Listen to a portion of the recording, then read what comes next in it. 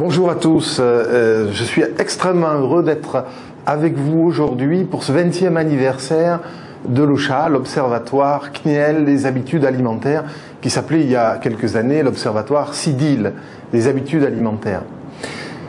Je ne suis pas tout à fait à l'origine de cette aventure. En réalité, j'ai rejoint le comité scientifique de l'OSHA en 1996 et j'ai deux petites anecdotes en tête. La première, c'est nous étions chez Marie-Christine et Didier Clément. Voilà que mes collègues ont entrepris de me bisuter en quelque sorte.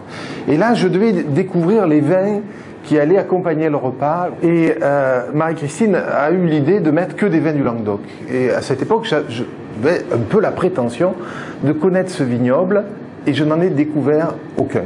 Ils m'ont montré combien la question de la dégustation était un art compliqué. Deuxième anecdote, c'est on est dans un entretien où on discute d'un projet de recherche. Et il y a Mijo Vernet et il y a Noël Paolo. Et j'ai le sentiment là de quasiment passer un examen de recrutement.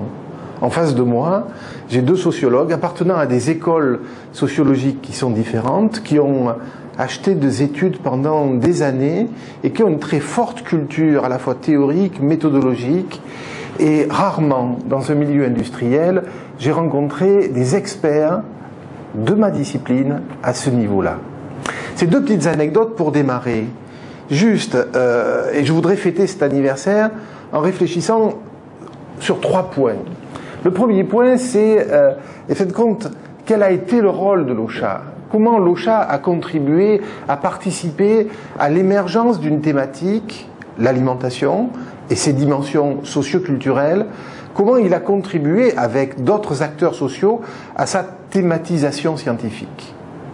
Le deuxième point, c'est prendre quelques exemples des réalisations de l'OSHA, voir comment l'OSHA a travaillé, quelle était la recette, quelle est sa recette, et ensuite comment l'OSHA est en train d'évoluer, de bouger. Enfin, je terminerai par une réflexion qui, bien sûr, s'impose, qui est celle des relations entre la recherche académique, les milieux industriels, la relation que d'aucuns qualifient de relation de lobbying. En fin de compte, je voudrais essayer de reconstruire la réflexion autour de ça à partir de la logique d'intérêt et de voir comment s'arbitrent les rapports d'intérêt, intérêts particuliers, intérêts généraux, intérêts collectifs. Rappelons le contexte. 1979, Claude Fischler dirige un numéro de la revue Communication intitulé La nourriture. C'est le début d'une séquence qu'on peut qualifier d'historique dans le champ des sciences sociales.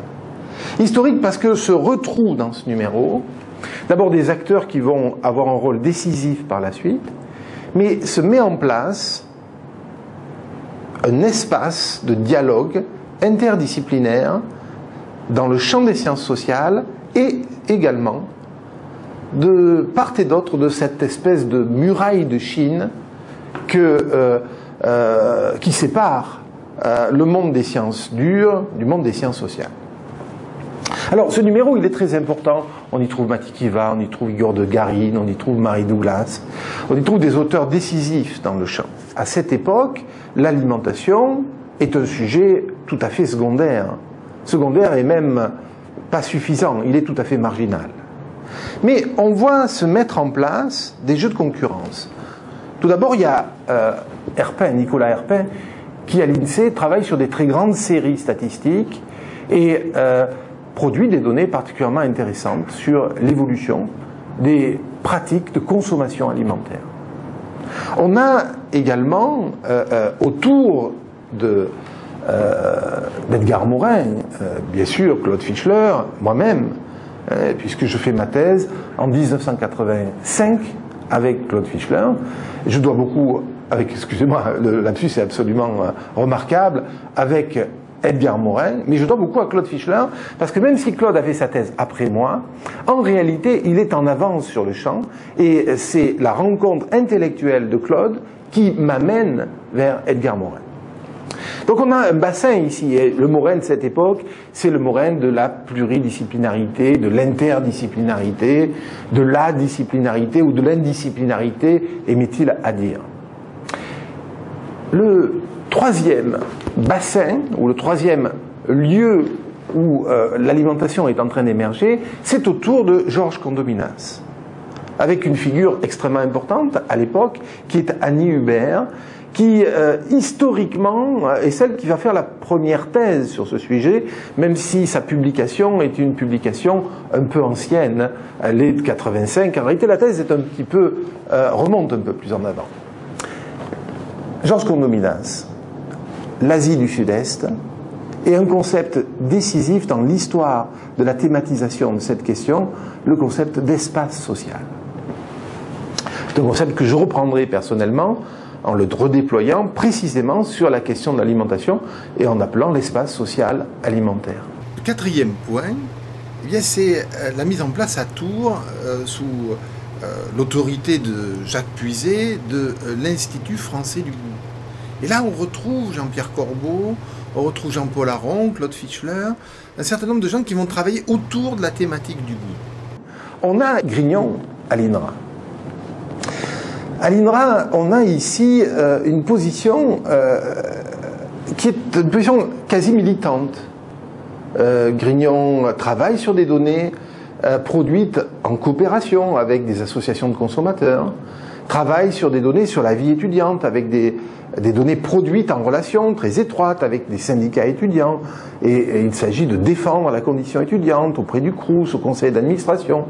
Il faudrait peut-être rajouter une dernière figure, peut-être à l'articulation de la position d'une sociologie économique chez Herpin et d'une sociologie autour des problématiques de l'INRA avec Jean-Louis Lambert qui, dans les mêmes années 80, fait un travail de bénédictin en retraitant toute une série de données de l'INSEE pour produire ce magnifique thèse sur l'évolution des pratiques de consommation alimentaire des Français. Voilà le paysage. Alors tous ces gens-là auraient pu concourir de façon plus ou moins sereine à l'émergence de la thématique alimentaire. Pour autant, il va y avoir des jeux de concurrence assez sévères. Concurrence d'institutions, CNRS, INSEE, INRA, universités. Concurrence personnelle aussi avec des acteurs dont certains ont une capacité importante à la prise de parole et se retrouvent dans les médias, suscitant parfois quelques jalousies. D'autres contrôlant des espaces de légitimation comme des grandes revues scientifiques et tenant à la frontière, en dehors, ceux qu'ils vont considérer comme des braconniers hors champ. Eh bien, à ce moment-là, on va retenir deux grands événements qui vont contribuer à la thématisation scientifique de ce champ. Le premier part du ministère de l'Agriculture, et j'aurais plaisir ici à dire qu'il part clairement d'une personne qui dirige à cette époque la DGAL, la Direction Générale de l'Alimentation. Il s'agit de Marion Guilloux, qui va devenir la présidente directrice générale de l'INRA par la suite. Avec les programmes de recherche Aliments Demain, Aliments 2000, des programmes de recherche qui sont délibérément en marge de l'INRA et sont délibérément en coopération avec le CREDOC et celui qui en assure la direction scientifique, à l'époque qui s'appelle Sadi Lalou. On a ici une organisation scientifique qui va tenter de promouvoir des recherches dans le domaine des sciences sociales appliquées à l'alimentation. Ces programmes de recherche sont absolument décisifs. Jean-Louis Lambert en a fait l'analyse, on voit se tisser des réseaux, on voit émerger de nouveaux acteurs, on voit une dynamisation hors des grandes institutions de recherche habituelles. C'est dans ce contexte que l'OCHA va naître. Ce sont des gens qui ont une culture du lobbying, même si à l'époque le lobbying n'est pas ce qu'il est devenu aujourd'hui. Donc l'idée, très probablement, c'est d'établir des relations avec le domaine scientifique, à la fois pour entendre un certain nombre de choses, un peu avant tout le monde, et pour pouvoir s'en servir d'un point de vue stratégique. Peut-être certains ont-ils pu avoir, à certaines époques, la tentation de voir comment on pourrait influencer des gens qui ont une capacité à prendre la parole à l'intérieur des médias. Enfin, les choses vont se passer de façon assez différente. Permettez-moi de vous en donner un certain témoignage. L'OCHA va se mettre en place en opérant ou en réalisant un comité scientifique. Ce comité scientifique est composé de gens qui viennent du monde de la recherche dans des disciplines différentes, multiples, depuis la nutrition, avec Mariam Apfelbaum, jusqu'à l'histoire, avec Jean-Louis Flandrin, la sociologie, la cuisine, l'ethnologie. On a ici un comité scientifique avec des chercheurs de premier plan. Et puis, de l'autre côté, on a des industriels. Mais enfin, la filière lait, c'est une filière qui n'est absolument pas homogène. Elle repose sur 3 grandes catégories d'acteurs, qui ont des cultures absolument différentes. Tout d'abord, des industriels qui produisent des produits laitiers et les commercialisent. C'est de très grandes entreprises. La deuxième catégorie, ce sont des coopératives. C'est-à-dire des gens qui sont en compétition avec la première catégorie, mais qui ne sont pas sur le même modèle industriel et économique. De temps en temps, le modèle industriel se rapproche, mais le modèle économique est différent. Et enfin, il y a une troisième catégorie, et dans les conseils, ils sont représentés un tiers. Ce sont les producteurs de lait. C'est-à-dire des gens qui sont sur le terrain, ont des bottes en caoutchouc, et sont dans les étables, produisent du lait. Je peux vous assurer que ce n'est pas du tout les mêmes profils. Ce n'est même pas du tout les mêmes intérêts. De temps en temps, les intérêts de ces acteurs sont en contradiction. J'ai le souvenir de quelques réunions dans lesquelles les silences étaient absolument éloquents, dans lesquelles on voyait très bien les clivages qu'il pouvait y avoir. Donc imaginez qu'on puisse faire sortir d'un univers comme ça une stratégie simple qui consisterait à, grand Dieu, les choses sont en permanence en train de se réexpliquer, de se justifier. Et ceux qui ont porté l'OCHA, je pense à Jean-Yves Boutonnat, Jean-Paul Jamet, et aujourd'hui, ceux qui en ont la responsabilité, savent combien il faut en permanence, expliquer ce que l'on fait, le justifier, dans un langage qui est celui des acteurs de la filière industrielle. Mais j'ai utilisé ici un pluriel. C'est-à-dire que quand vous expliquez à un directeur marketing de chez Danone ce que vous faites, c'est pas la même chose, c'est pas tout à fait la même explication que quand vous expliquez à un président de coopérative ou quand vous expliquez à un représentant syndical de producteurs de lait. Et à chaque fois, la question, c'est pourquoi on fait ça? À quoi ça sert? Et donc il y a d'un côté des acteurs comme ça qui vont construire une logique, et de l'autre côté, il y a des chercheurs qui viennent chercher quoi? Mais bien sûr, des ressources, des moyens, des ressources financières pour produire de la recherche, des moyens pour communiquer, mais qui vont également y rechercher, et c'est pour moi un des aspects les plus importants, un contexte de problématisation. C'est-à-dire être en prise directe avec des questions qui traversent une filière depuis la production jusqu'à la consommation. Et là, on voit comment se réorganisent scientifiquement des questions. Pour produire de la recherche, de l'événement scientifique, de la diffusion scientifique, ceci pouvant être justifié par l'entretien des dimensions socio-culturelles de l'alimentation. Une espèce d'intuition chez les porteurs du projet au départ, intuition mise en débat, assumée par une partie du conseil scientifique, qu'il y avait très probablement un intérêt à la mise au jour, à l'entretien de tous ces fils qui connectent l'alimentation avec des faits de culture, avec des significations, avec des jeux sociaux, des interactions sociales, et que ceci n'était pas seulement une espèce de supplément d'âme ou une espèce de couche supplémentaire à ce qui serait la nutrition, mais qu'elle était impliquée même dans les problèmes de santé, dans les problèmes de qualité de vie. La recette de l'OCHA, c'était des ressources. C'est des ressources. mis à disposition, mais pas mis à disposition comme ça, discuté. C'était une capacité à mobiliser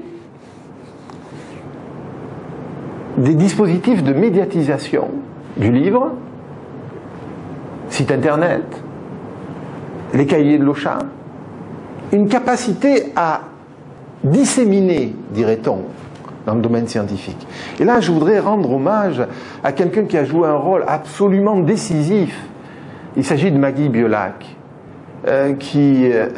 pour qui le travail de l'Ocha a consisté à aider, à faire mûrir, à faire un travail d'incubation pour que des textes qui parfois sont de qualité dans le domaine scientifique puissent devenir lisibles par un plus grand nombre de personnes. Et la formation littéraire solide, et j'ai plaisir à rappeler que Maggie sort de la même université que celle dans laquelle j'ai travaillé, et je travaille toujours, ce travail solide de mise au point des textes, d'édition des textes, est quelque chose qui a été un des apports considérables de l'Ocha. Donc diffusion, médiatisation, accompagnement dans la connexion et dans la relation avec les milieux de la presse.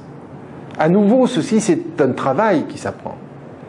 Les chercheurs très souvent se sentent maladroits ou ont le sentiment que la presse rend pas compte de leurs travaux comme il faudrait. Mais ces choses-là s'apprennent aussi. Il y a des logiques d'action. Il y a des logiques propres à l'univers des médias, il y a des logiques propres à l'univers scientifique. Et puis, espace de rencontre, parce que lorsque on faisait des travaux, on fait des travaux, il arrive qu'on invite le chercheur à le présenter devant les acteurs, les gars de ces grandes entreprises, de ces coopératives, de ces producteurs. Et là, vous avez également un test dans la restitution qui est particulièrement intéressant. C'est comment le travail de recherche prend sens ou fait retour pour des acteurs qui sont dans l'action, au concret, sur le terrain. Alors je voudrais maintenant prendre quelques exemples pour montrer un peu plus en détail comment ces choses-là ont pu se faire. Alors c'est très compliqué de choisir, hein. Je vais simplement en sélectionner 4. Parmi les 20 ans de travail, vous imaginez le nombre, on aurait pu faire d'autres choix. Je pense que Claude, qui parlera ou qui a parlé, utilisera d'autres exemples. Hein. Mais le premier qui me vient à l'esprit, je ne suis pas encore membre de l'Ocha. On est en 95. C'est le colloque Manger Magique, organisé conjointement par l'Ocha et le CNRS. C'est un grand moment, on peut dire même un grand moment de l'histoire du chant. La salle est comble.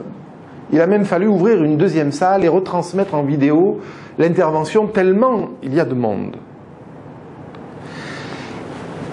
Au colloque habituel que le CNRS s'est parfaitement organisé, l'Ocha a amené quelques ressources supplémentaires. On a un plateau scientifique de tout premier plan. De tout premier plan. Et à nouveau, la presse est dans l'environnement. 2 livres vont sortir aux éditions Autrement. Et la question des processus d'incorporation et de l'incorporation symbolique, qui déjà est dans la littérature scientifique depuis plusieurs années, commence maintenant à devenir quelque chose qui passe dans les médias, dans la grande presse, devient une thématique qui commence à se diffuser. Le deuxième exemple, c'est l'étude que l'on a faite sur les jeunes seniors et l'alimentation. Alors c'est moi qui suis aux manettes, c'est la première étude que j'ai faite pour l'Ocha. Il n'y a pas une problématique forte scientifiquement au début. Et on part sur l'idée que peut-être on pourrait reprendre le questionnaire utilisé par Jean Trémolière en 1968, lorsqu'il lance une enquête sur la consommation alimentaire et les représentations alimentaires des Français. Il y a un travail un peu pourvoir ici. Alors, peut-être j'exagère a posteriori cette dimension. Il y a bien une argumentation, je fais bien une argumentation scientifique. Mais en fin de compte, ce qu'on va découvrir, ou les conséquences de cette recherche, sont d'une autre nature que celles que l'on attendait, ce qui arrive parfois. Premier élément, c'est qu'on utilise des questions qui étaient dans le questionnaire, qui sont ce que l'on appelle des questions de dynamique de la consommation. C'est-à-dire, on dit aux gens, si vous avez plus d'argent, à quoi le consacreriez-vous? Et si vous aviez moins d'argent, qu'est-ce que vous réduiriez? Or, dans les années 90, tout le monde a arrêté d'utiliser ces questions, considérant que les besoins alimentaires sont des besoins quantitativement saturés et que l'on est sur des problématiques qualitatives uniquement. Donc, on s'attendait à quoi? On s'attendait dans la question, si vous aviez plus d'argent, à ce que les gens nous répondent « Eh bien, j'achèterai des vins plus chers, j'irai plus souvent au restaurant, je mangerai des produits de meilleure qualité. » Or, ce qui va attirer notre attention, c'est qu'un certain nombre de personnes nous disent « J'achèterai plus de ce que j'achète d'habitude. » Et quand on resserre la focale et qu'on regarde qui ils sont, alors on voit apparaître des phénomènes de précarisation dans la société française. Et ces phénomènes-là, eh bien, on ne les avait pas encore vus. Qu'est-ce qui s'est passé? On prend une population, les 50-60 ans, qui est celle dans laquelle, à l'époque, il y a les plus grands écarts de situation sociale. On a à la fois ce qu'on appelle les seniors avec 2 salaires en haut de l'échelle sociale, la maison qui est payée, un confort extrêmement important, qui sont capables de faire des transferts financiers vers la génération plus jeune, d'aider les enfants à entrer dans la vie, à assumer des périodes de chômage. On a ces seniors-là, les seniors riches, les seniors qui sont dans des situations confortables. Et puis on a de l'autre côté des gens qui sont dans des situations extrêmement différentes. Et quand on va regarder qui ils sont, on va trouver beaucoup de femmes divorcées, des pensions alimentaires qui n'arrivent pas, des enfants à charge. Et on va avoir donc ici un écart de situation sociale considérable, d'inégalité sociale considérable. Le deuxième point sur les 50-60 ans, c'est qu'il y avait une question où j'aurais jamais repris cette question, où j'aurais jamais imaginé. C'était, faites-vous la même cuisine que votre mère? La question, copyright, très Molière. Quand on la pose dans les années 60, à la fin des années 60, la réponse est non. Distance par rapport à la cuisine de la mère. Quand on la pose en 98, la réponse est oui. Oui, mais plus léger, mais plus diététique. Jean-Michel Normand, qui reprend cette question et fait le ventre du monde avec. Alors on est extrêmement fiers, extrêmement contents de ça, mais on voit ici que ne parlons même pas de stratégie. On ne savait même pas qu'on allait chercher ça. Et ce qui va sortir de cette recherche, c'est 2 éléments, qui est la transformation symbolique du statut de la cuisine et de l'autre côté, les problématiques de précarisation, ne sont pas celles qui, au départ, argumentent le travail de recherche. Troisième point que je voudrais prendre, au troisième exemple, c'est celui de l'imaginaire du gras. Alors à nouveau, là, c'est une recherche, j'allais dire, c'est une recherche en partenariat, en réponse à un appel d'offres, ministère de l'Agriculture, appel d'offres dont je parlais tout à l'heure, et on est sur une très grosse collecte de données, et là on expérimente à l'échelle quantitative des outils qualitatifs, des choses qui ont été peu publiées d'ailleurs. On demande aux gens, si je vous dis gras et fête, quels sont les mots qui vous viennent à l'esprit? Fête au sens de festif. Fête de Noël, fête de Pâques, etc. Si je vous dis gras et régime, quels sont les mots qui vous viennent à l'esprit? Si je vous dis gras et repas quotidien, etc. Vous voyez, on va contextualiser des mots, gras, mais ça peut être beurre, ça peut être huile, ça peut être etc. Et on va voir comment un univers de sens réagit. Rien de bien nouveau. C'est des problématiques d'association d'idées. Sauf qu'on va le traiter sur un très gros échantillon et qu'on va analyser ces éléments-là à partir de croisements statistiques avec des critères de position sociale, avec des critères de trajectoire, ainsi de suite. C'est ici qu'on commence à voir apparaître dans l'univers des matières grasses, un clivage entre le gras d'origine laitière, le gras végétal et le gras animal. En fin de compte, on voit émerger ici des problématiques qui vont nourrir par la suite toute la réflexion autour de la question du rapport homme-animal. Ça donnera naissance à un autre colloque qui s'appelle « L'homme, le mangeur et l'animal » que j'ai eu la chance de diriger, d'organiser scientifiquement. Ce colloque a été peu médiatisé. On a vu ici combien la presse avait du mal à s'emparer de cette question. Et combien cette question apparaissait comme problématique, culpabilisante. Combien les enjeux ou les intérêts supposés des acteurs derrière pesaient et combien, d'une certaine façon, sur ce sujet-là, le travail de thématisation n'en était qu'à son début. Enfin, je voudrais terminer cette partie avec un dernier exemple, qui est l'exemple du dernier colloque intitulé « Alimentation particulière », dans lequel je crois que là, il y a une très belle démonstration de ce que peut être, quand c'est réussi, un dialogue pluridisciplinaire, interdisciplinaire. Des allergologues de premier plan, des sociologues, des anthropologues, des historiens, et au bout du compte, on commence à saisir les enjeux qui traversent des processus d'individualisation du rapport à l'alimentation dans les sociétés modernes. Claude Fischler aux manettes, Mohamed Merji, une grande réussite. Bien, ça a commencé avec des réponses à des appels d'offres conjointes.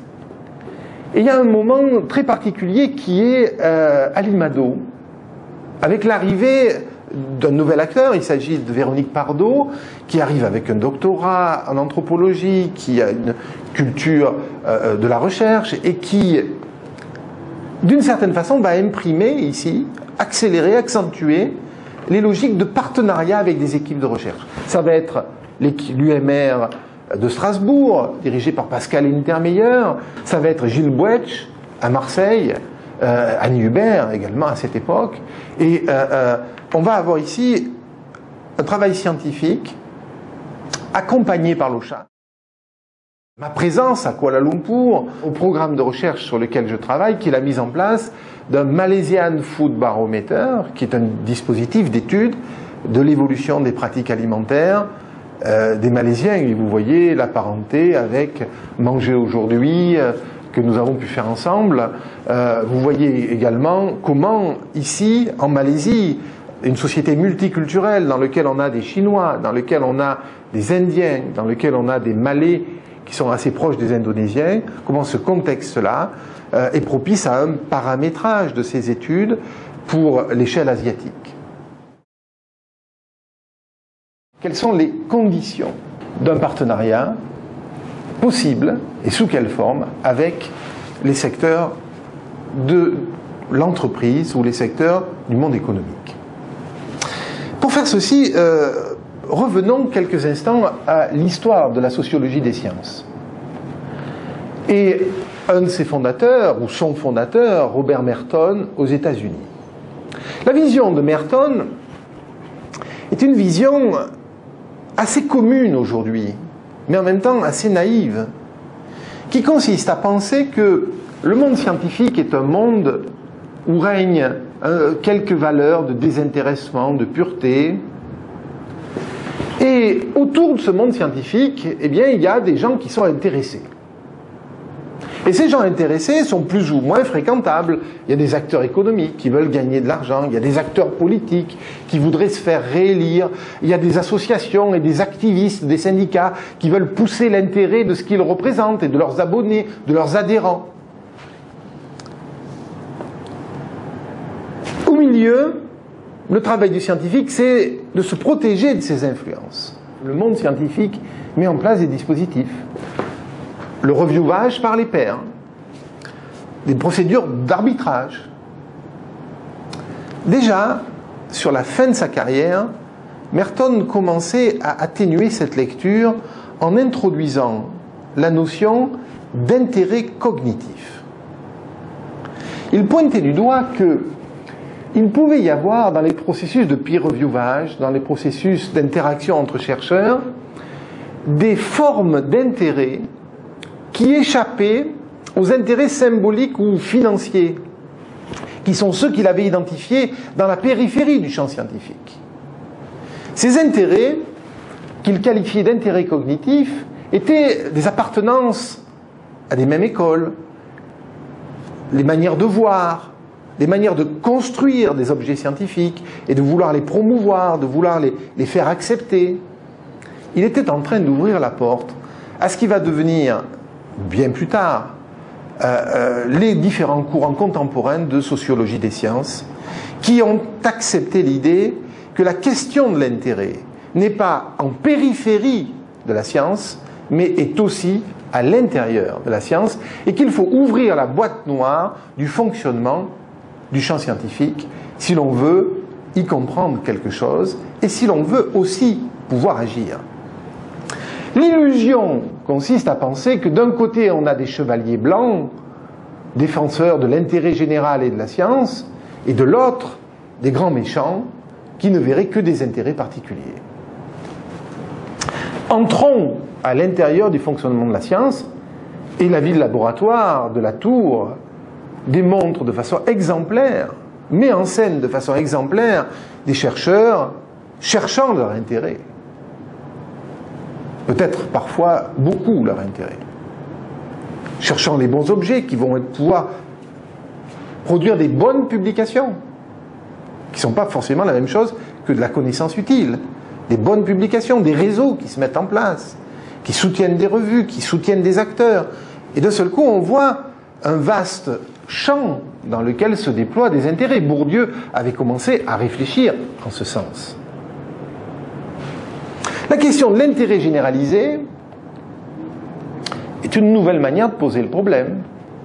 L'intérêt ne s'arrête pas à la porte des laboratoires, il est aussi dans les laboratoires, et il y a des postures de désintérêt qui sont des manières de rechercher des avantages symboliques et des avantages sonnants et trébuchants à l'intérieur de l'appareil scientifique et de son financement, ou à l'intérieur de l'appareil médiatique.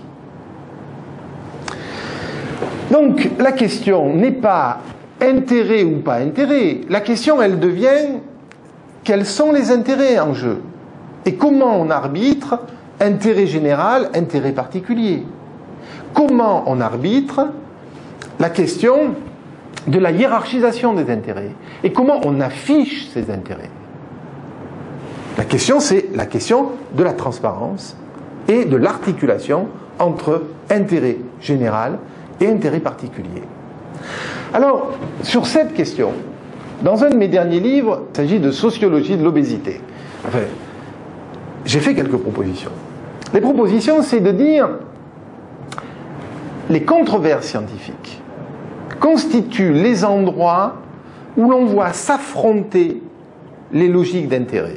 Le fonctionnement scientifique contemporain utilise peut-être plus que de raison les processus d'expertise et les processus de consensus scientifique, qui consistent à réunir toute une série d'experts pour faire des revues de littérature et d'une certaine façon donner une vision à date de l'état de la science.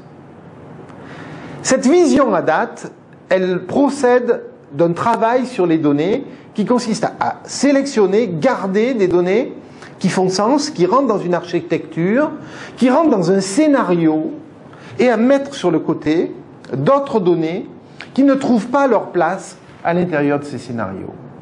Ce processus de mise à l'écart des données doit être interrogé. Comment, à un moment donné, un groupe de chercheurs tombe d'accord pour sélectionner des données et construire une vision du problème.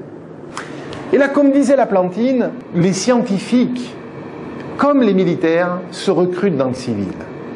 C'est-à-dire qu'ils sont soumis, comme tout un chacun, à un certain nombre de phénomènes sociaux qui influencent leur vision des choses, leur scénarisation des choses.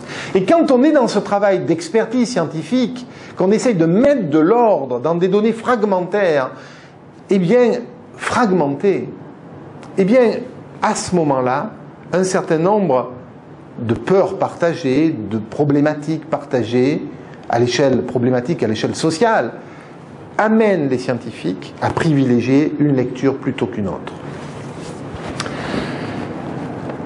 Le contrepoint, c'est l'analyse des controverses. L'analyse des controverses, c'est justement réintroduire ces données qu'on a mis de côté et d'essayer de comprendre les influences qu'il y a derrière, y compris les influences en termes d'éventuels lobbying. Voilà les quelques apports de l'OSHA, thématisation, quelques exemples précis, et cette question absolument centrale qui est comment travailler avec des acteurs qui ont des intérêts différents. Eh bien, l'OSHA était un exemple, me semble-t-il, réussi de cette manière de travailler. Mais cette réussite, elle passe en permanence par des rediscussions, des reconstructions, et ceux qui aujourd'hui portent l'OSHA et en ont la responsabilité, M. Mangenot et Damien, savent à quel point, tous les jours, eh bien, cette question se rediscute avec les gens qui les financent et avec le monde de la recherche. Je voudrais terminer avec 2 ou 3 éléments sur ce que, à titre personnel, l'OSHA m'a apporté. Le premier point, c'est l'écoute de la façon dont des acteurs, depuis les productions jusqu'à la distribution et la consommation, posent les problèmes et comment, dans l'écoute en creux, le chercheur trouve matière à construire ces problématiques scientifiques. Absolument inaccessible si on n'a pas des dispositifs comme l'OSHA ou ces dispositifs qui sont entre le secteur industriel et le secteur de la recherche. Le deuxième point, c'est de voir à l'œuvre le processus de thématisation par la presse. Le travail de communication, d'édition, de médiatisation, à nouveau, on voit des acteurs qui travaillent avec des logiques différentes et comment il y a des phénomènes qui, à un moment, prennent des questions qui intéressent et à des moments où les questions tombent à plat. Enfin, le dernier point, c'est peut-être de voir comment le secteur privé est capable d'anticiper et d'aller plus vite sur un certain nombre de questions scientifiques.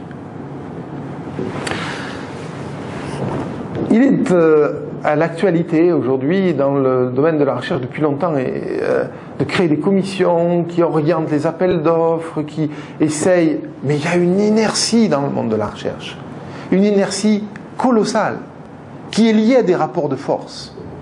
Et que plus les thématiques sont anciennes, plus il y a de monde, plus il y a de chercheurs, et plus il y a de pressions qui sont faites sur les organes de distribution des prix. Et donc l'émergence de thématiques nouvelles est extrêmement compliquée, même si on les met à l'agenda, même si on les affiche. De ce point de vue-là, le financement privé est beaucoup plus rapide et de nature à dynamiser un certain nombre d'actions et un certain nombre de thématiques. Le fonctionnement et l'émergence de la sociologie de l'alimentation, des dimensions sociales de l'alimentation, doit beaucoup à cet apport des financements privés qui ont largement dynamisé en synergie avec ces dispositifs que le ministère de l'Agriculture, puis le ministère de la Recherche et maintenant d'autres ministères ont mis autour de l'alimentation. Et on voit comment ici le secteur privé a servi d'aiguillon, d'articulation. Merci de votre attention. Bonne continuation, bonne fête. Je n'ai vraiment qu'un regret, c'est de ne pas pouvoir partager une coupe de champagne avec vous. Mais je crois que je vais aller en boire une quand même. À bientôt.